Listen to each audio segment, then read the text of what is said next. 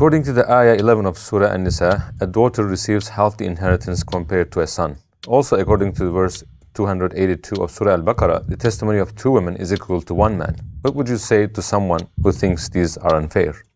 Well, I mean, the thing is, those who think this is unfair do so on the basis of equality. They say that equity is equality. So if you want to be fair, you have to be equal with males and females in all cases. And we know that there are many different situations which most of humankind, historically and contemporaneously, would agree that in fact there shouldn't be equality.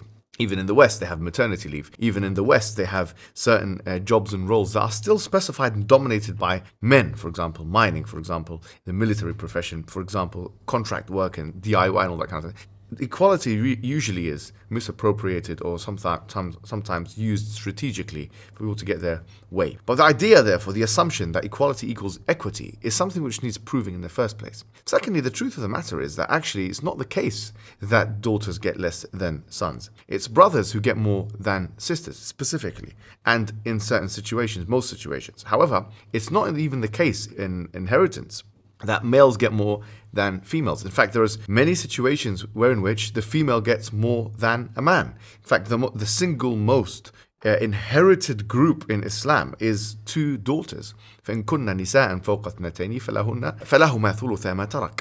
That if there were more than two or more daughters, they have 2/3 of what is left behind. That's not something, it's the largest number of inheritance given to females. And it could be that they're given the same. For example, in the same verse, or the verses that come after it, it talks about the mother and the father receiving the same amount. So there's a male and a female, but they're receiving the same amount. So in a situation in which the brother gets more than the sister, you got to ask yourself, why could that be the case?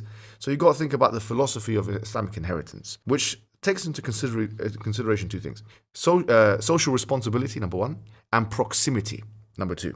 So a brother is going to have more social responsibility. The Sharia puts more burden on him because he has mahr has to pay, he has nafaqah, which is a monthly payment he has to give. If there's death in a family, he's part of the asaba, he has to pay for that. There's so many different financial obligations that he has to shoulder. And thus, it makes more sense to give him a little bit of an advantage because he's going to have costs that his sister is not going to have.